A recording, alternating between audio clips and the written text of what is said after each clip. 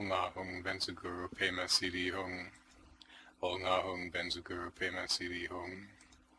Nga hung benzuguru pema sidi hung. Hello everyone and welcome to my Sunday Dharma talk here at the Buddha Center. Before I commence today's talk, which is really two talks, neither one is long enough to fill an hour. So I'll be giving two talks. The first one is called Deconstructing Tantra, and the second one is a talk on the Tibetan practice of Ngondro.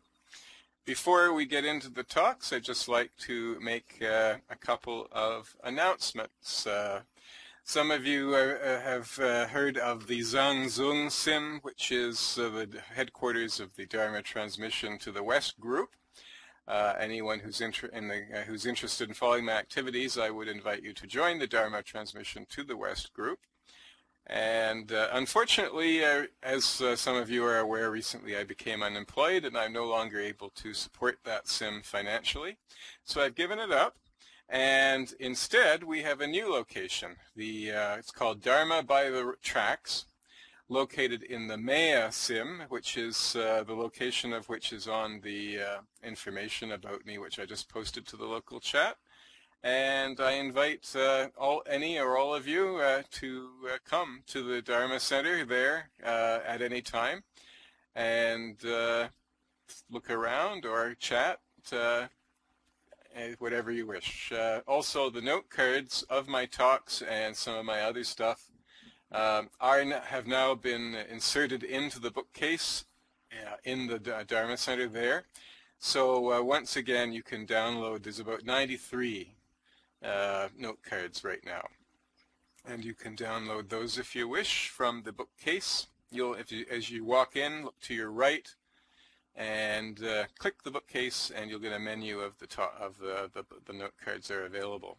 Also, as a special thing, to inaugurate the creation of the new Dharma Center, I am repeating a series of talks which I gave at the Buddha Center a couple of years ago called Fundamental View, 10 Talks on the Pali Canon, which was published as a book.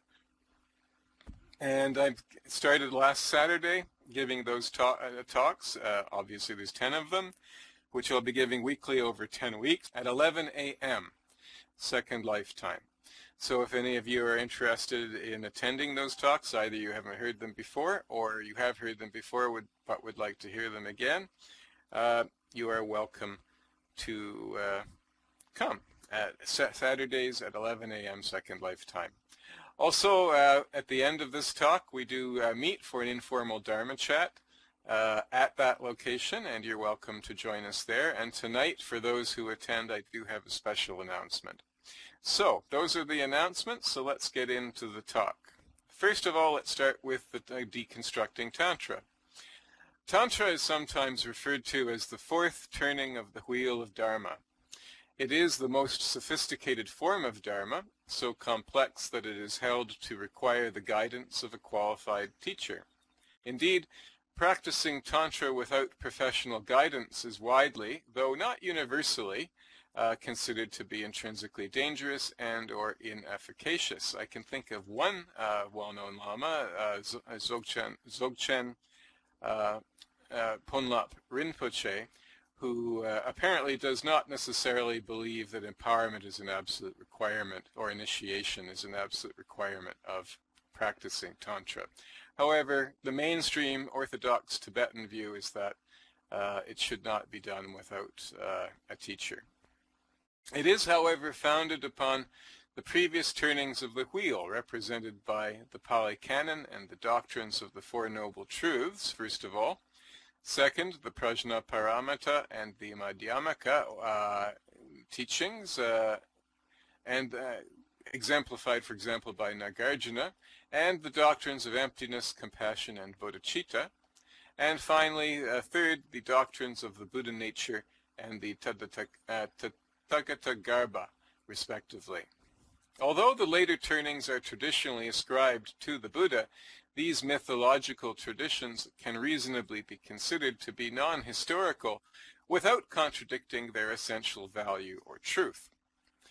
as I've mentioned several times before in these talks, because something is quote-unquote mythological or mythopoeic does not necessarily mean that it does not contain truth. In fact, as Jung pointed out, the language of the unconscious itself is mythological. So mythological traditions may actually be more truthful than their historical analogs. Indeed, their ahistoricity itself, and here I'm sort of saying the same thing, their ahistoricity itself may be regarded as a sign of their transcendental nature. Nonetheless, they are continuous with the former as implications are continuous with axioms. That is to say, they develop the fundamental teachings of the Pali Canon, and I attempted to show this in particular in my series of talks on the Digha Nikaya. An in-depth critical reading of the Pali Canon clearly shows that the seeds of the later doctrines are implicit therein. In fact, showing this has been one of the main purposes of these talks. Therefore, we can reject any suggestion that the Mahayana Sutras and the Tantras were revealed by the historical Buddha, and yet at the same time we can accept them unconditionally without contradiction as Dharma. The only contradiction here is for fundamentalists, sectarian religionists, and literal-minded academics and historians. And the same line of reasoning can also be applied to the Terma literature. In the Tibetan tradition in particular, Dharma is not a closed book. It is a process of continuous revelation. The criteria of spiritual authenticity and historical authenticity are not the same, but neither should we confuse the planes. Mahayana Buddhism originated at the University of Takasila, present-day Taxila, the same place where Angulimala studied, interestingly, and was brought to perfection in the land of Udayana. The Tibetan word for that is Orgyen, perhaps the Swat Valley. The exact location of the semi-mythical land of Udayana is disputed. However, there is little doubt that it did exist somewhere. Whence it was brought to Tibet by Padmasambhav in the 8th century in the form of Tantra or Vajrayana Buddhism.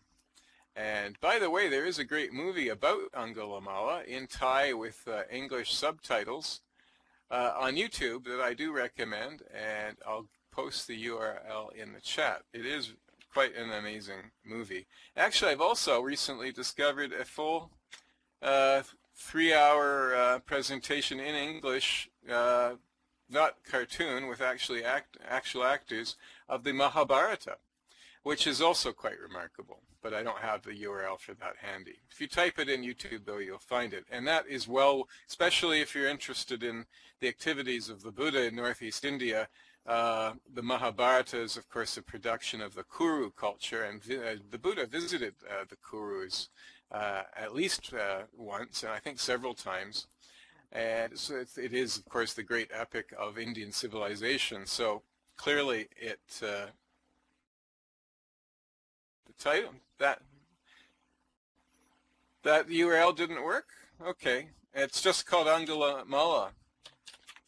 If you type Angulimala, I'll tell you what to type to get, because you get all sorts of things about Angulimala if you just type Angulimala. If you type Angulimala Thai movie, it's made in Thailand, but it's got, I think it's subtitled. I can't remember now if it's subtitled or dubbed in English, but it was made in Thailand. It's a superb film, quite a recent film, and actually I misspelt Angulimala there. M-A-L-A. Hold on.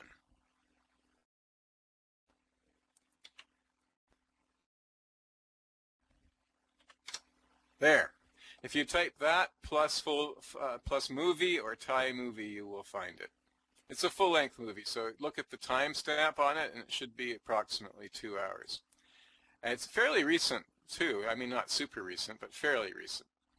Also, the Mahabharata is well worth looking at. Obviously, the Buddha was an Indian, and therefore he was influenced by Indian civilization. So at least watching the performance, the 3-hour version of the Mahabharata, I would recommend to anyone who's interested in the Buddha or the Kuru culture, which is where the Mahabharata originated.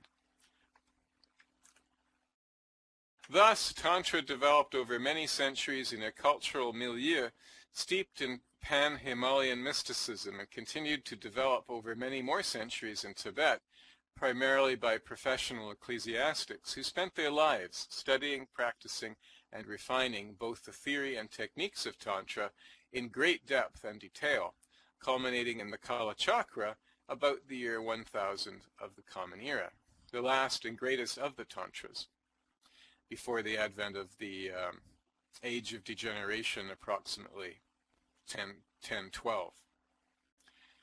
In addition, the true teachings of Tantra were originally orally transmitted from teacher to disciple, many of whom were cave-dwelling eremites, and must have been far simpler and more essential than their later religious elaborations. What was written down were merely glosses, the extreme succinctness of which was expected to be amplified by personal instruction. Later, when the texts were written down in greater detail, the secrecy of the essential teachings was preserved by means of a sophisticated symbolic language called the twilight language that is virtually impenetrable to the uninitiated, as I said, the so-called twilight language. And this is resonant with the kinds of things that the great psychologist Carl Gustav Jung was exploring in his depth psychology, in his study of symbols. Consequently, the tantric teachings and texts are virtually unintelligible, and this problem of comprehension and interpretation is exacerbated by the culturally contingent symbolic language in which they are expressed. Thus, the transmission of Tantra to the West presents a special problem for scholars and practitioners alike. Clearly, simply copying cultural forms and norms without any real understanding is an inadequate approach and is likely to lead to various kinds of delusion. And Buddhists do not fail to fall into this category. I've encountered this several times in the Buddhist worlds amongst Westerners who have developed a perhaps over-enthusiastic affection for tantric forms. Although a minority of Westerners may have the capacity and the will to spend their lives learning multiple Asian languages, studying the symbolism of complex esoteric systems, and finally performing the complex and demanding physical and psychological practices that Tantra demands, for most, even in Asia, it is impossible. Nevertheless, Tantra is grounded in the same Dharma that all of Buddhism is, which in turn is grounded in the universal quality of sentience that is not the prerogative of any single race, school, or sect. Thus, the difficulties are not essential but accidental. We are all human beings, whether we are born in Asia or America. We are all products of the same universal cosmic process, and therefore the highest spirituality is the same for all, and is accessible to all, and not just on earth. This is the basis of the Ekayana, which acquires special significance as we enter the second half of the Buddhist 5,000-year cycle, which implies a return to the source on a higher level as we exit the millennium of degeneration that began in 1012 of the Common Era, as I mentioned, and of course has now ended in 2012. Made famous by the Mayan prophecies, but it's also found in the Buddhist system. How then shall we in the West approach Tantra? Much progress has already been made in this area. C.G. Jung's, who I just mentioned, exhaustive exploration of the collective unconscious has revealed the essential similarity of all symbolic systems, thus opening up the Asian mythological archetypes to psychological analysis. Mircea Eliade's investigation of shamanism has shown that shamanic symbols and techniques are rooted in a primordial experiential spirituality that grounds all religions and religious experiences and is at least tens of thousands of years old. William James and Aldous Huxley have done the same for mysticism. Psychedelic research also has shown that the predisposition to spiritual experience is universal, not only in general but in its particularities, including profound, ecstatic, and transformative experiences that manifest regardless of cultural indoctrination and are both ontically and psychologically significant, transformative, and profoundly healing if pursued with proper preparation and care. And then again, one is reminded of the Tantra tradition that one needs to be properly cultivated by a guru before one can really undertake these practices safely. There are also numerous similarities between Tibetan Buddhism, so-called, and the Western esoteric tradition that invite comparison. During the 1990s, I studied shamanism and psychedelic experience fairly extensively and formulated the thesis that all spiritual and religious practices are based not merely on universal symbolic motifs, or beliefs for that matter, but in universal technical methodologies. As a result of my research, I identified approximately 35 discrete modalities for inducing spiritual, ecstatic, visionary, and altered states of consciousness, and I've discussed these in other talks. At that time, I did, of course, possess a broad familiarity with Tantra, and I noted that Tantric practices also exhibit a similar, if not identical, set of technical procedures. In a way, that was a confirmation of my hypothesis. I postulated that, in fact, all spiritual and religious systems are based on a common set of essential techniques, which in turn provides a basis for analysis comparable to the notation on which music is based. It seems possible, therefore, to decode all religious and spiritual systems in terms of these techniques, which, being smaller in number and simpler than Jung's symbolic archetypes, must be even more primary. This is consistent with the view that all religions are based on visionary and ecstatic experiences of one or more founders. Spirituality is indeed primarily experiential, and only secondarily ideological, which is why spirituality precedes religion.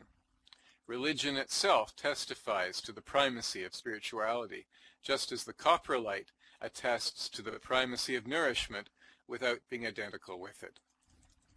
Analyzing spiritual and religious practices in terms of these primary constitutive experiential techniques, in terms of number, variety, sequence, etc., enables one to assess and compare the spiritual and religious practices of all times and climes from a comprehensive structural and analytical point of view, and to understand them as constructions. Since tantras are constructions, they can be deconstructed into their essential processes, which can in turn be reconstructed in alternative forms and guises suited to the place, time, and practitioners amongst whom they manifest, and in fact we see this in the history of Tantra itself. This is comparable to the Nyingma doctrine of termas, or continuous revelation.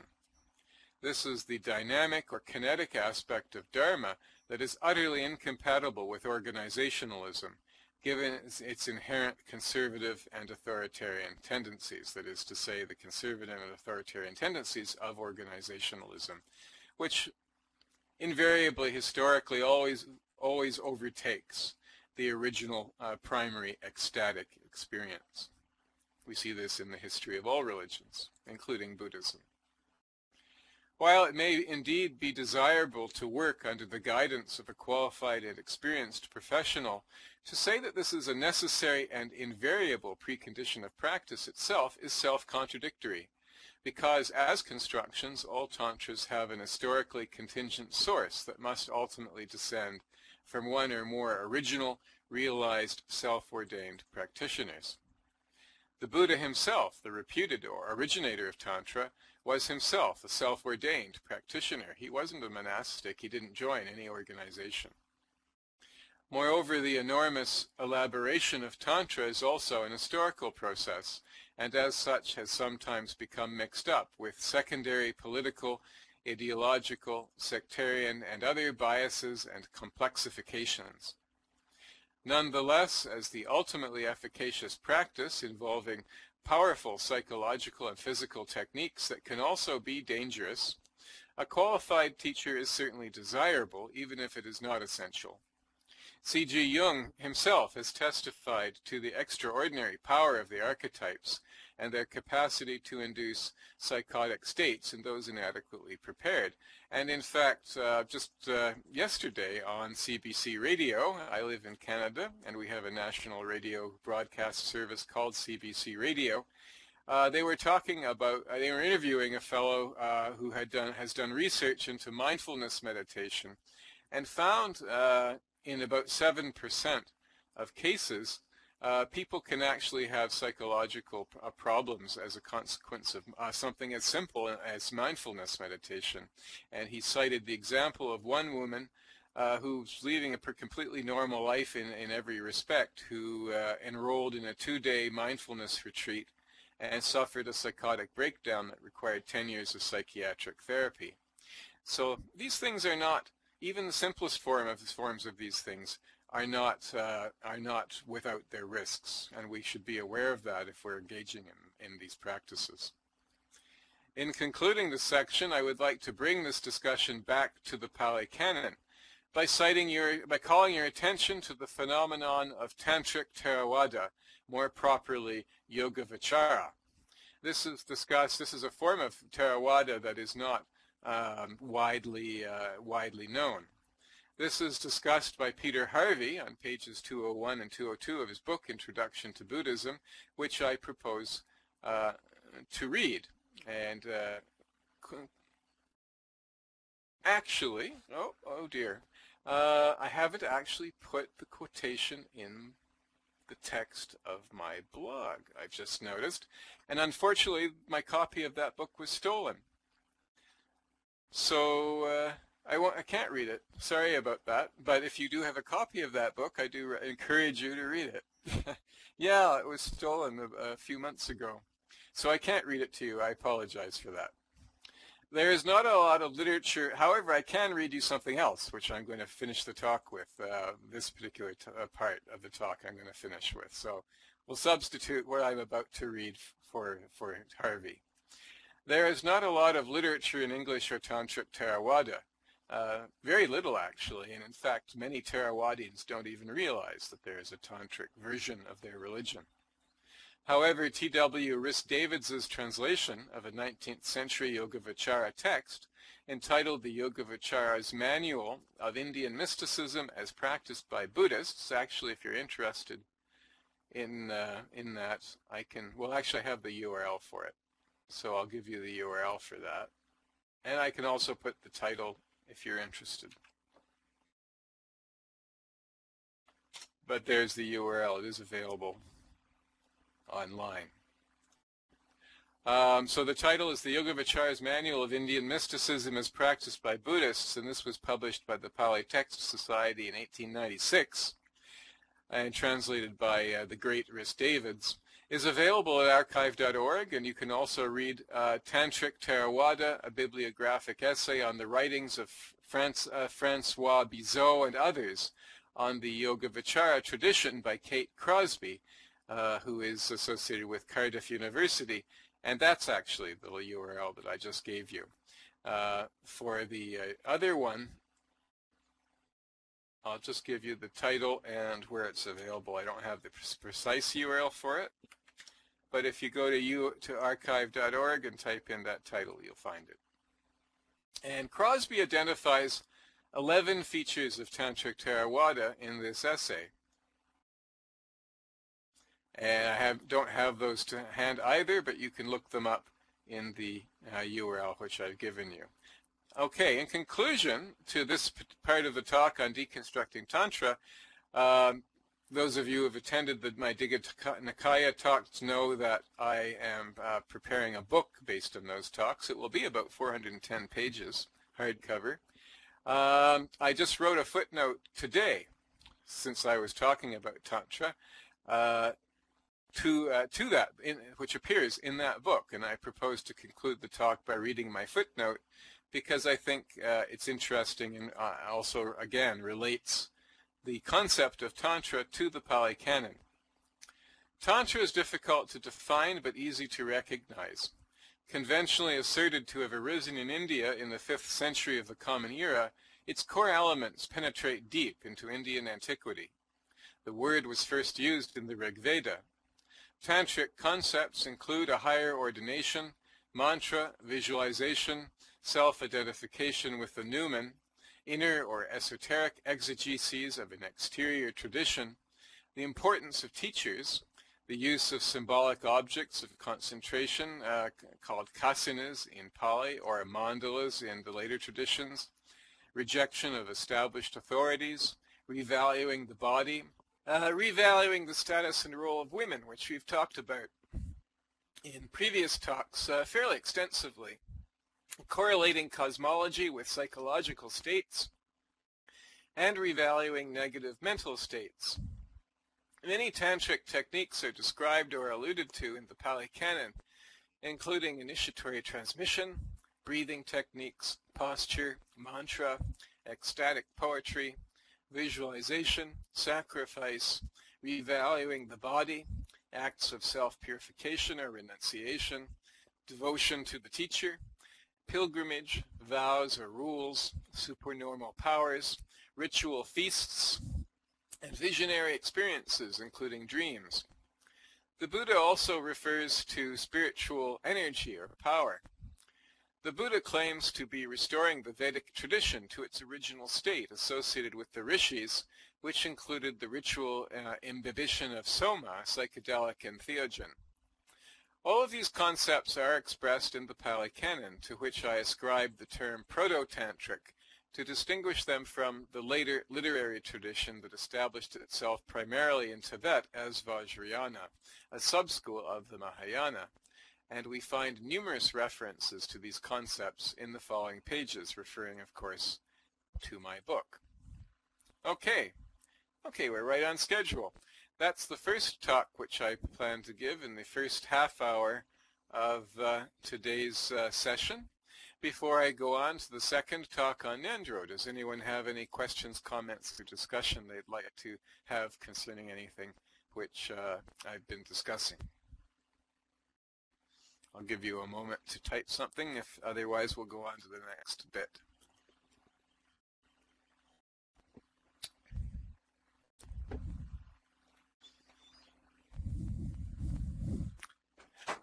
Actually, while I wait for you to type something, I'm just going to light an incense stick if you have no objection. Ah, I see a question. Just lighting my incense stick. There we go. Argus Portal asks, are there note cards available for this new talks? Absolutely. This isn't a new talk. I should have mentioned that at the beginning. Now that I've finished the series of talks on the Digha Nikaya, I am going to recycle some of my older talks for a few weeks, just to give myself some time to work on the typesetting for the book. And I do have some plans with respect to what I'm going to talk about in the future. So we are going to do some new talks.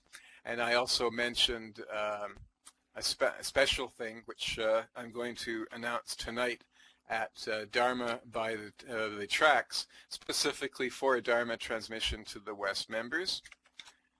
These are some of the talks that I'm planning to give in the future. But for the time being, we're going to recycle some old talks, and not everyone here has heard all of these because some of them go back a couple of years.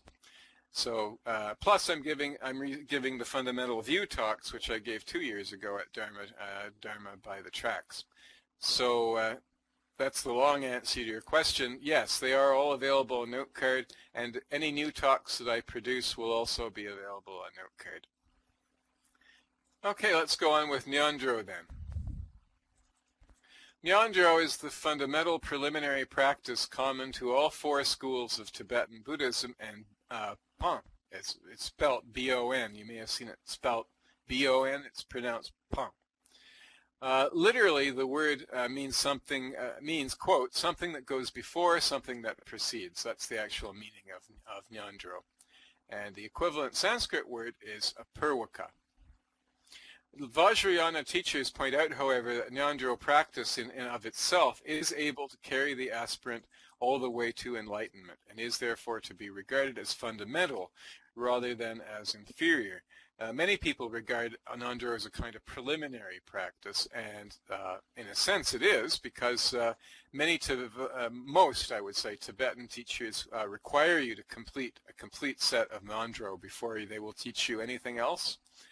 But Ngondro in and of itself is sufficient, is a sufficient practice to take you all the way to enlightenment, and it's actually, well, I'm going to explain this. I don't want to anticipate myself too much. It's a consolidation of the whole historical tradition up to that time, but I'm not going to go further into that because I'm going to be discussing it.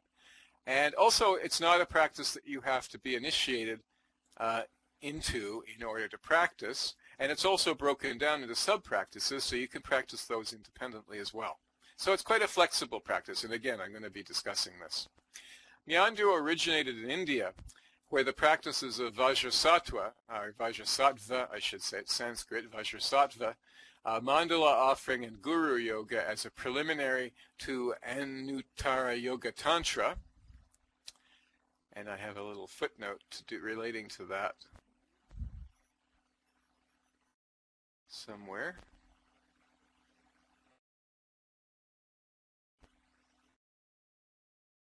Okay, it looks like I've lost my footnote, so I'm just not going to concern myself with it. So Ngondro originated in India, where the practices of Vajrasattva, mandala offering, and guru yoga as a preliminary to Anuttara Yoga Tantra were well established.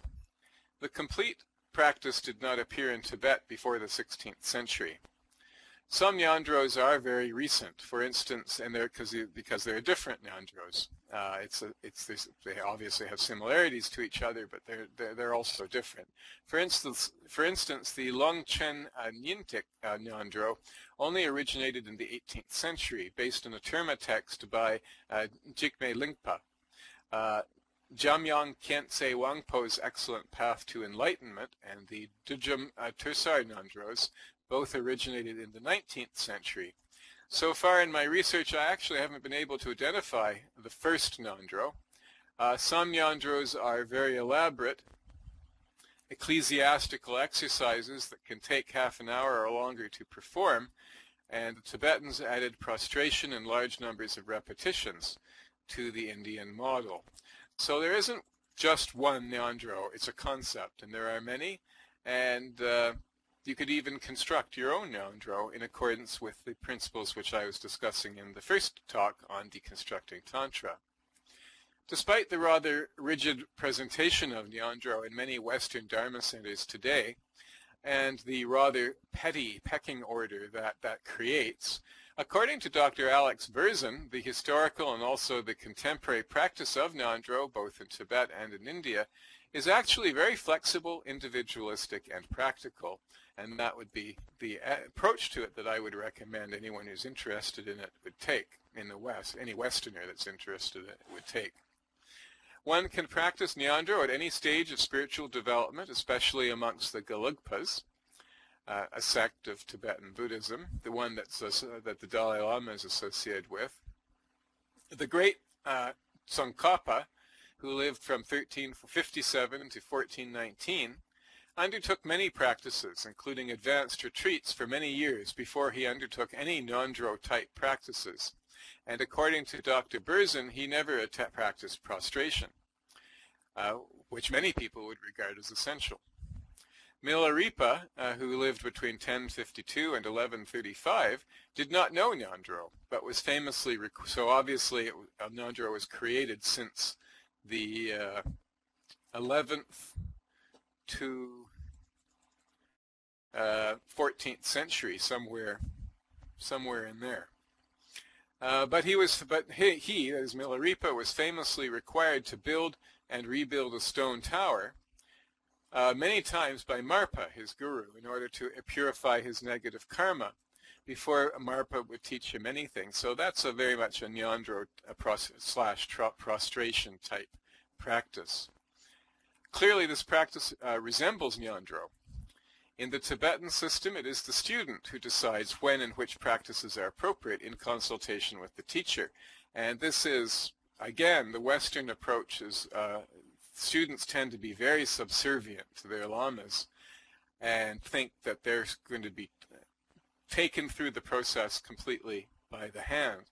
In fact, in India, Northeast, in the Dalai Lama's expatriate community in India, according to Dr. Berzin, who is a impeccable source, he was a personal translator to the Dalai Lama, in fact, that was not his experience at all.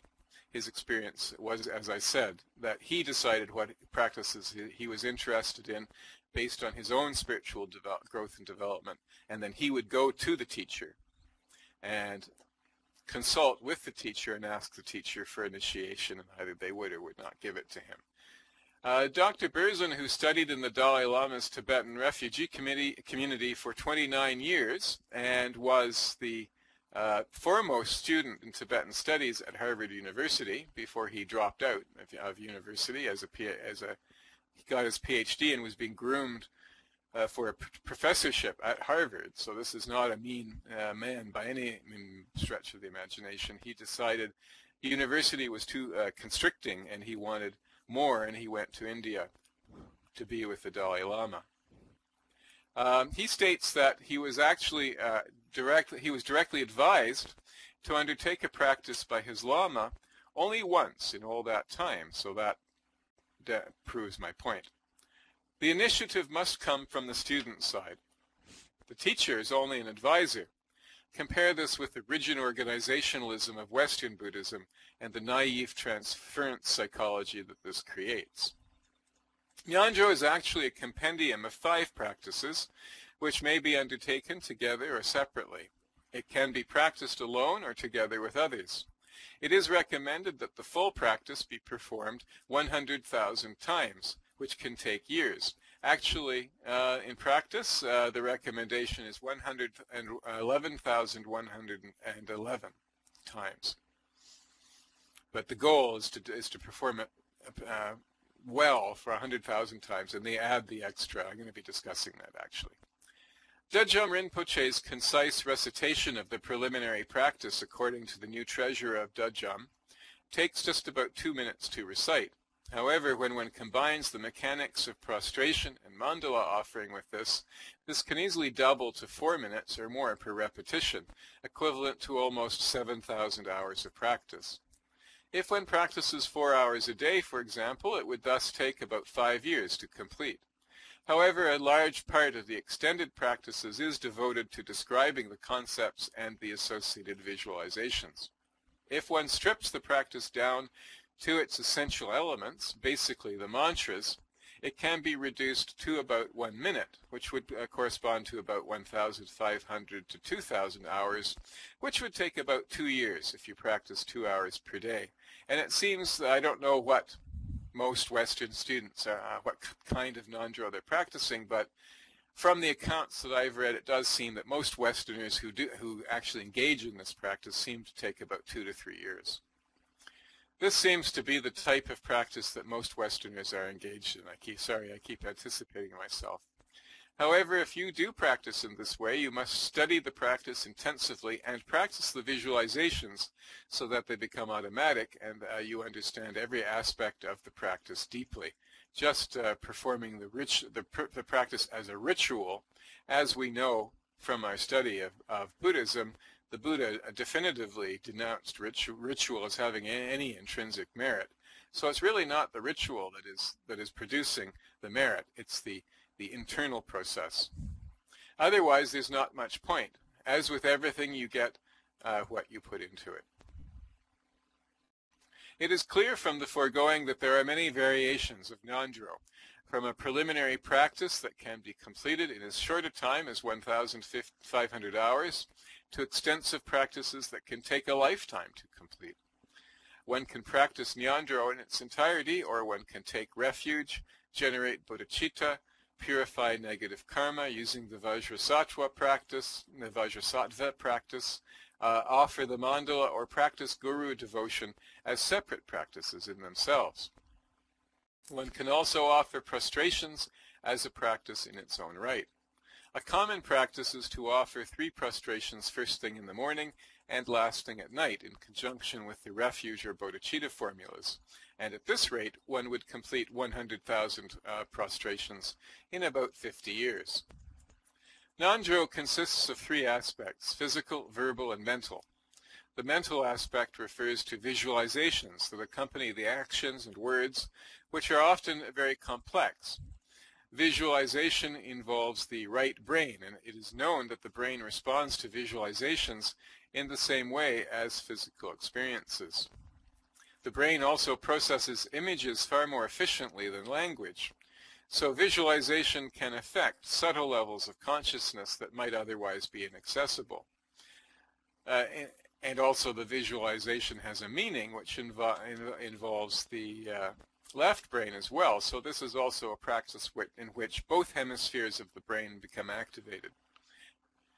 The karmic benefits of Ngondro include purifying pride, which is the taking refuge plus the prostrations, purifying jealousy, which corresponds to cultivating bodhicitta, purifying hatred and aversion, which corresponds to reciting the Vajrasattva mantra, purifying attachment, which involves offering mandalas, and purifying delusion, which is the guru yoga practice.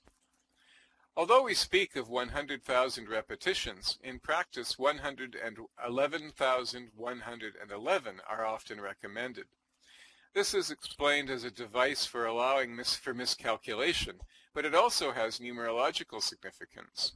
In the West, the amulet of abracadabra is well known. It first appeared in a 3rd century medical book called the Liber Medicinalis in the form of an amulet and was recommended as a cure for disease. Some authorities derive it from the Gnostic deity Abraxas, whose association with health and protection connects with medicine through the symbolism of the snake or the serpent. In any case, my point is that the word appears on the amulet in the form of an inverted triangle. And I actually have an image of this on my blog that I can't reproduce here. But if you're interested, go to my blog and look up this talk, and you'll find the graphic that I associated with this. The idea is that as the magical word abracadabra is progressively diminished, so the sickness itself will wane. However, it is also interesting to examine this word as a Western example of a mantra. In Sanskrit and Tibetan mantras, the letter A, also has special significance as the first letter of Aum, representing the seed syllable by which the cosmos was created out of nothingness. It is therefore a representation of the original creative impulse. When one looks at how the number 111,111 was arrived at in relation to 100,000, one can see a similar process of reduction. Yet thus 111,111 is arrived at by adding 10% of the previous number until one arrives at a unity. And I have reproduced that idea there. It's in the Word document in the form of an inverted triangle, as I just mentioned, but you get the idea if you look at it there as well, I think.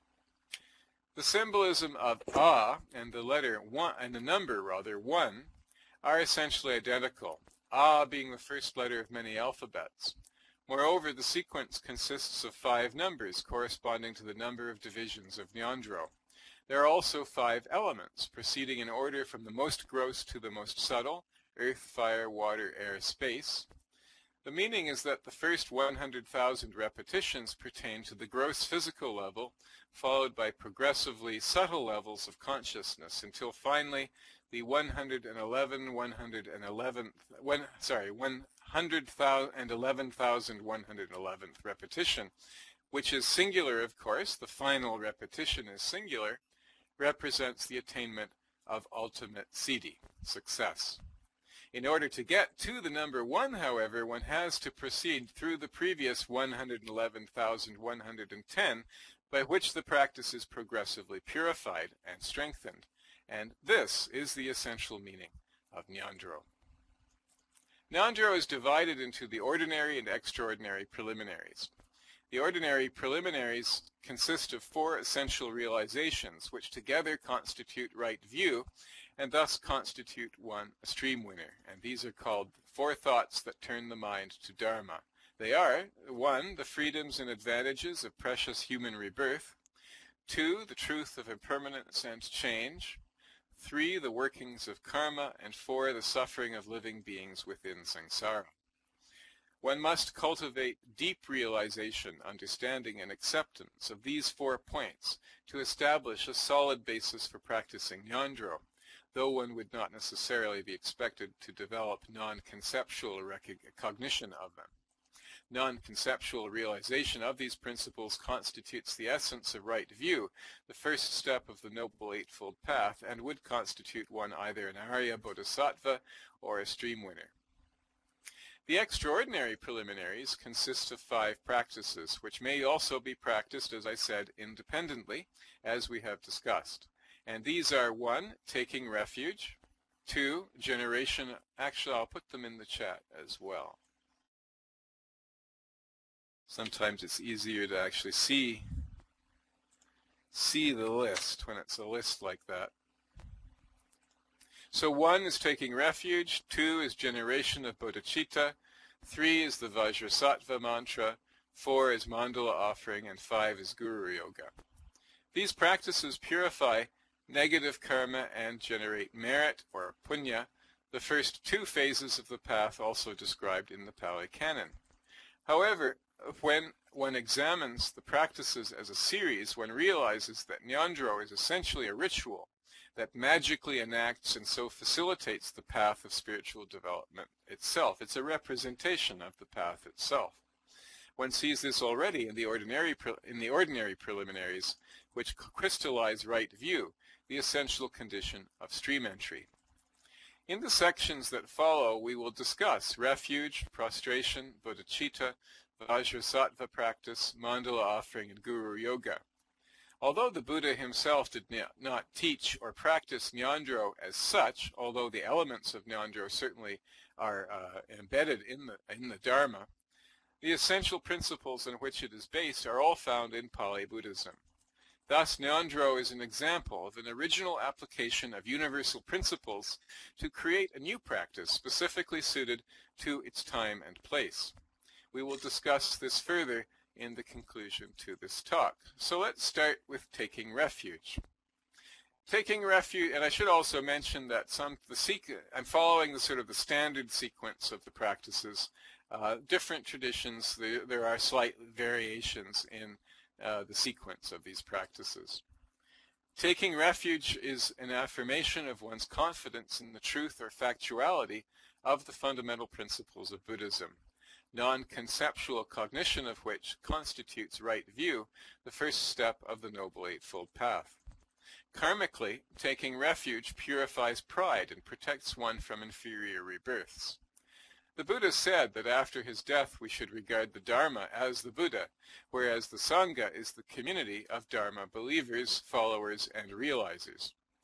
In the Tibetan tradition, the Lama or Guru is added as a 4th principle of refuge, but this is understood as the crystallization of the previous 3.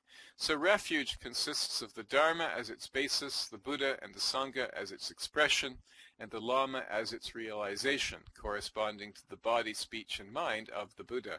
And in fact, it's quite possible, there's evidence in the Pali Canon, that originally the Buddha taught refuge as in the Dharma only, a singular refuge in the Dharma. So really the threefold refuge itself is an elaboration of an even more fundamental principle, the Dharma itself. By Lama here we do not mean any particular person, and this is an important distinction to realize, but rather the absolute or inner Lama, which is none other than the Vajra or Buddha nature or potentiality itself, which is of course ultimately immanent in oneself. So one isn't devoting oneself to a person, and this is something that is often lost on Western practitioners of Tibetan Buddhism. We take the actual physical Lama as a representation of the true object of devotion, which is our own Buddha nature. As the object of Guru Yoga, we refer to Padmasambhav, the universal psychopomp in the Tibetan tradition.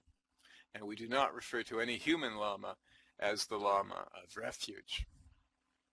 As I have said, there are many Ngondro variations, but in order to illustrate Ngondro in this talk, we will take the excellent path to omniscience, the Dzogchen preliminary practice of Longchen Nyingtik. The refuge formula used in this practice is in Tibetan, which I'm not even going to attempt to pronounce, but in English it reads, so this is a quotation from the actual Ngondro to give you a taste of what it's like.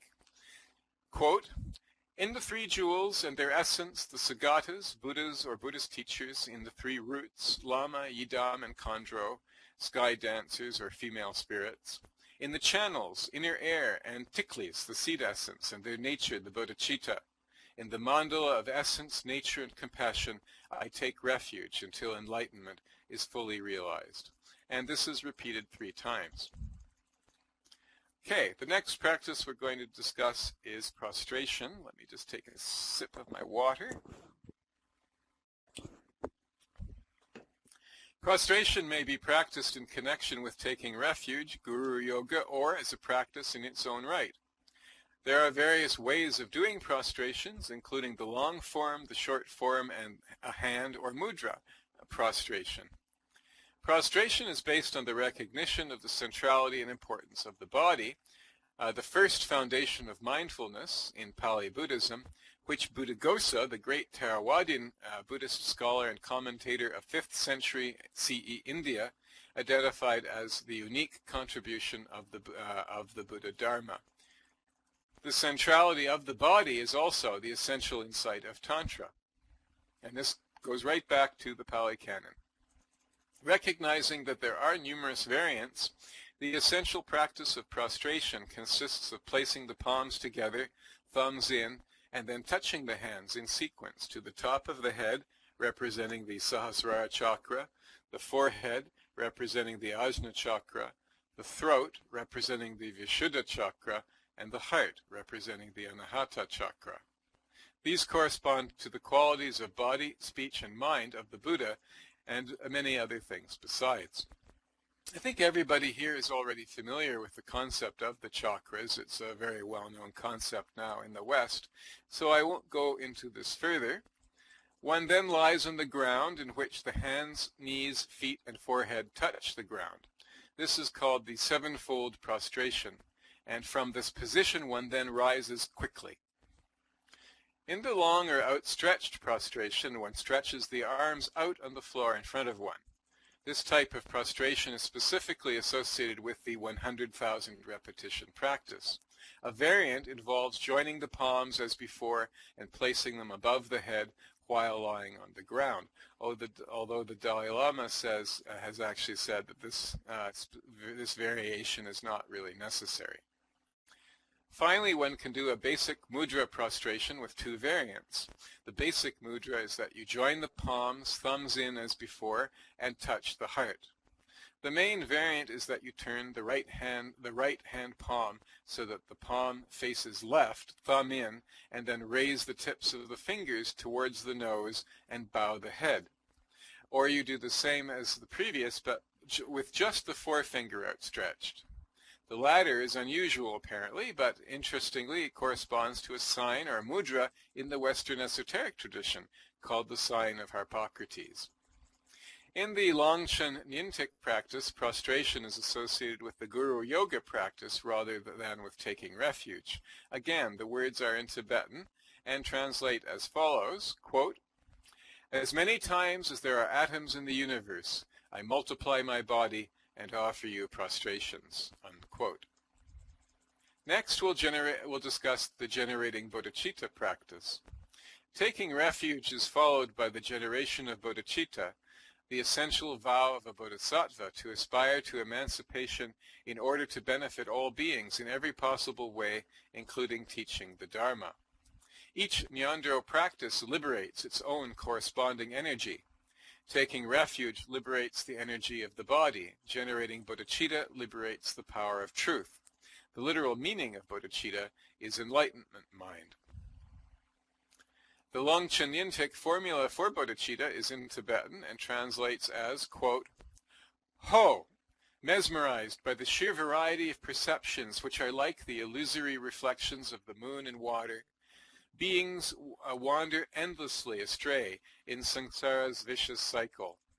In order that they may find comfort and ease in the luminosity and all-pervading space of the true nature of their minds, I generate the immeasurable love, compassion, joy, and equanimity of the awakened mind, the heart of bodhicitta.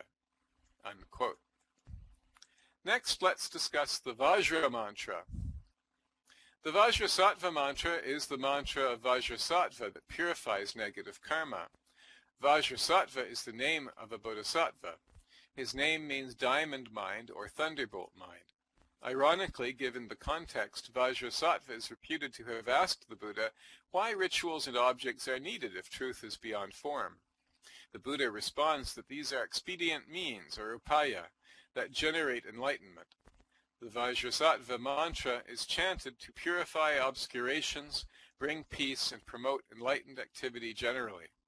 The Vajrasattva mantra consists of 100 syllables, but there is a 6-syllable version which condenses it and which may be recited at night, for example, before you go to bed, and it may be chanted Om Vajrasattva Hum, Om Vajrasattva Hum, Om Vajrasattva Hum, 7 times at bedtime is recommended to eliminate the negative karmas of the day.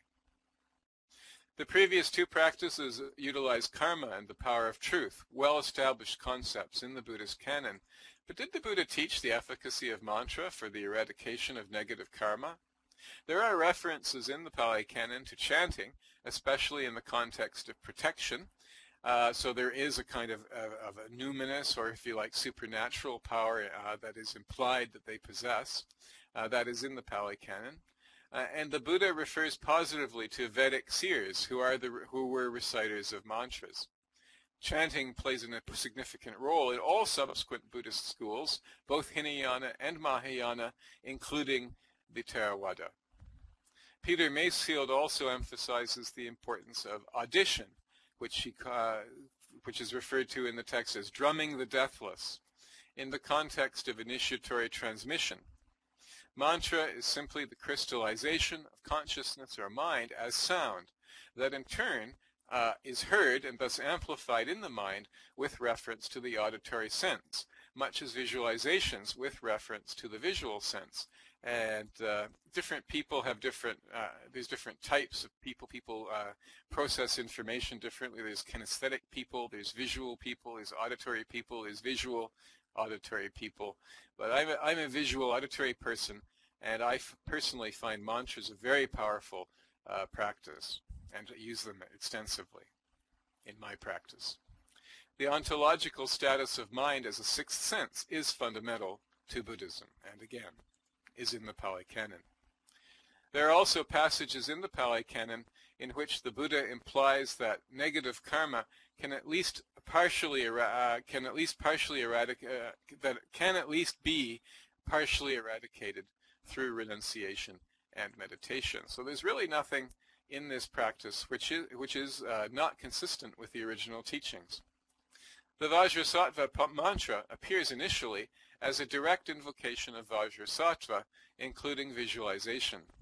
The psychological power of visualization is well known. Although Vajrasattva appears to be an external figure of dubious biography, in fact, in the mantra he is identified finally with the Vajra nature, the thunderbolt experience of Bodhi or enlightenment, also known as the Buddha nature or Tathagata Garbha.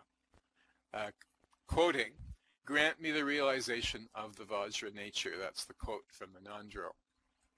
The Vajrasattva 100-syllable mantra is recited in Sanskrit, and I'm certainly not going to attempt to pronounce it, but I'll put it in the chat, and I can also give you a link to a YouTube video in which it is very beautifully recited.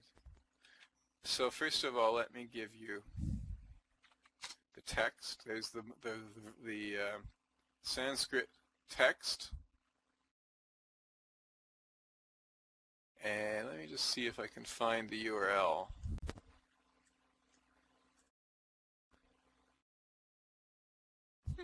Okay, I don't seem to have the URL here. However, oh, hold on, maybe here it is. No, it didn't. When I transcribed it over to my Word document, it didn't take. So what you need to do is, if you go to my blog at www.palisuttas.com,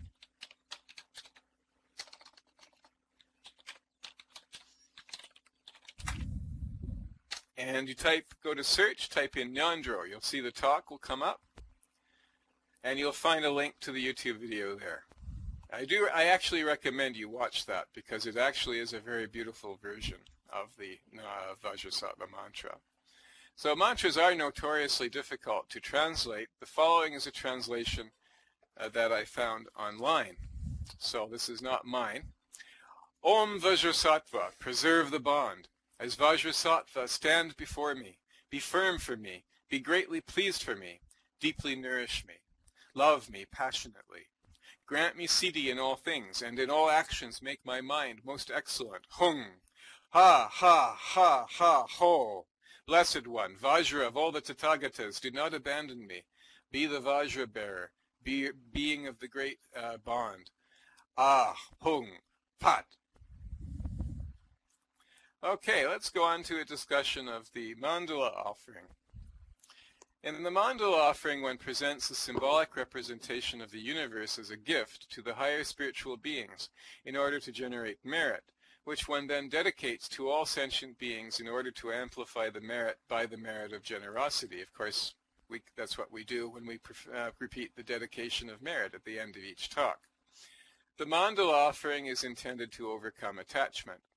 This practice is based on the same concept as the transfer of merit, with which we also end our talk. Sorry about that. I keep anticipating myself, which we find in the canonical writings of the Pali Canon, despite the statements by some scholars that the doctrine of transferring merit is Mahayana in origin. This is definitely not the case. It is definitely found in the Pali Canon, and this is perhaps the most explicitly magical practice in the set. Rather than describe the practice further, I found quite a decent short demonstration on YouTube. And once again, if you go to the blog at palisuttas.com, you can click on that video and watch it.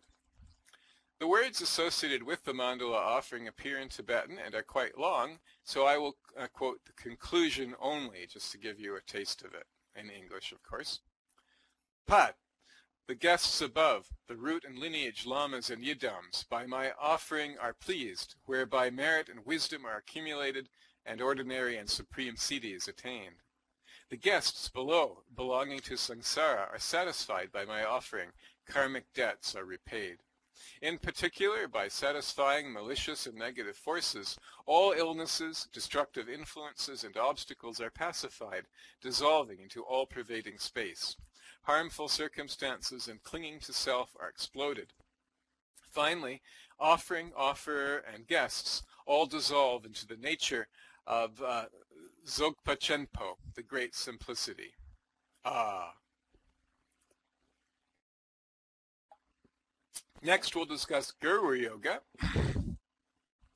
Finally, in Guru Yoga, one worships and finally comes to realize oneself as the inner guru. So this is the goal of the practice. It isn't to worship or devote oneself to a personage, such as one finds so vulgarly in Hinduism, for example, in the cult of Bhakti. The goal of Guru Yoga is to realize oneself as the inner guru. Thus, the final stage of Ngondro recapitulates emancipation itself. In the Pali Canon, the Buddha praises spiritual friendship and the relationship with the teacher, stating that this is the whole path. Ananda associates it with male energy, which the ancient Indians believed was closely allied with the energy of enlightenment itself. Each of these practices is performed 100,000 or 111,111 times, generally separately, as a preliminary to Dzogchen or other tantric practices. For those for whom the thought of 111,111 repetitions is too much, one can beneficially practice one or a number of Ngondro on a daily basis, whatever one can do. And at the bottom of the blog, once again, I give a daily practice based on these practices, which you can do just a few minutes in the morning and a few minutes at night. The benefit of even a small number of Ngondro repetitions is very great, and the Buddha himself says this again in the Pali Canon. I've written a short Ngondro for just this purpose, and like I said, I put it at the bottom of the talk, the online talk. However, in order for Ngondro practice to be effective, one must understand what one is actually doing, and this is really preeminent. Many Western practitioners forget. Often they don't study the primary texts, and they don't realize that the ritual in itself is devoid of merit. In this case, one would run through the entire series in one go as a mind of purification. The core of this practice is the famous 7-line prayer Padmasambhav. We're talking about the Guru Yoga again, through the recitation of which we come into immediate relationship with his mind stream. He is the preeminent guru of the entire Vajrayana tradition.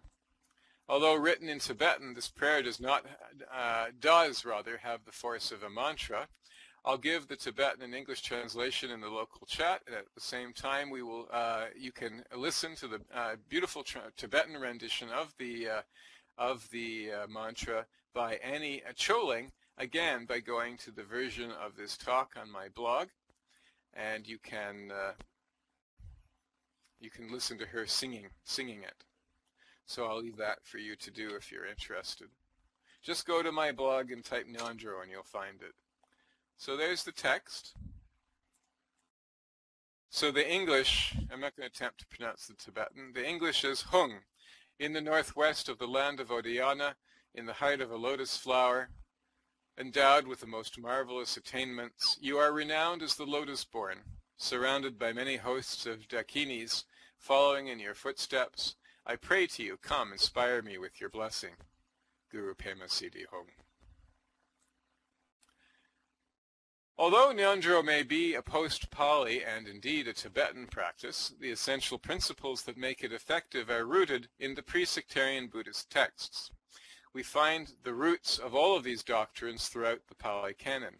Thus, Ngondro represents the application of the universal science of spirituality to a specific cultural situation.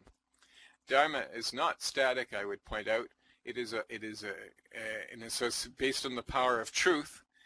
Dharma is a living, organic being, if you like, that manifests itself in history and perpetuates itself through history, continuously adapting itself to individuals and times and places. We find this concept in the Pali Canon, where the Buddha tailors his teachings to the needs of the individuals with whom he is communicating. In the same way, so does Dharma do through the ages. So the Dharma that is appropriate for someone in the 21st century may be very different from the Dharma that was appropriate for someone in the 5th century before the Common Era, which is why fundamentalism and sectarianism is fundamentally adharmic. Ngondro is neither irrational nor superstitious, nor is it non-Buddhist. It is based on a sophisticated and subtle understanding of the nature of reality to which Western science is finding ever-increasing confirmation. Ngondro combines physical prostration, chanting, visualization, realization, and ritual action, and is based on specific Buddhist ideas concerning causality and enlightenment, including Vajra nature or Buddha nature, mind as ontological, or as a sixth sense. The mind is a sixth sense, which we've learned in our studies of the Digha Nikaya. Karma, the power of Dharma, the power of intention, the power of meditation, the power of speech, the power of truth, and the act of truth, the body, wisdom, visualization, mantra or chanting, purification of karma, and the production, accumulation, and transfer of merit, also known as the dedication of merit. As I've discussed in my talk, Deconstructing Tantra, Ngondro is a construction, and therefore it can be deconstructed and it can be reconstructed in different cultural and historical contexts, and indeed it should be.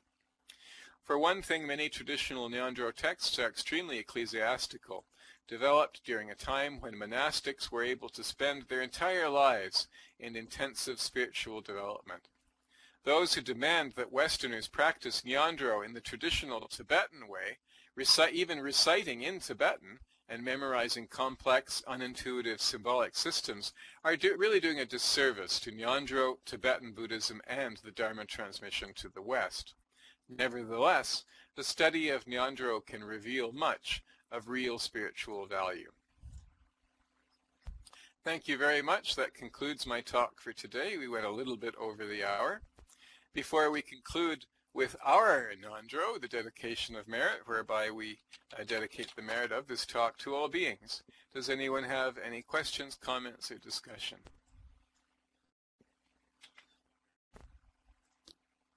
And we'll be meeting afterwards, those of you who are interested, in Maya at Dharma by the tracks. And I have a it's in the location is in the text which I sent out right at the beginning of the talk. I also have the landmark if you're interested, or you can just find it by going to the Maya Sim, M-A-I-A. Any comments, question, or discussion before we conclude?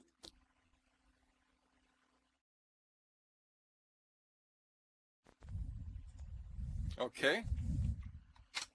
So let's conclude with the dedication of merit. Whatever understanding, whatever positive forces come from this, may it go deeper and deeper and act as a cause to reach enlightenment for the benefit of all. Thank you once again for this opportunity to discuss Dharma. It is my pleasure and privilege. Namaskar.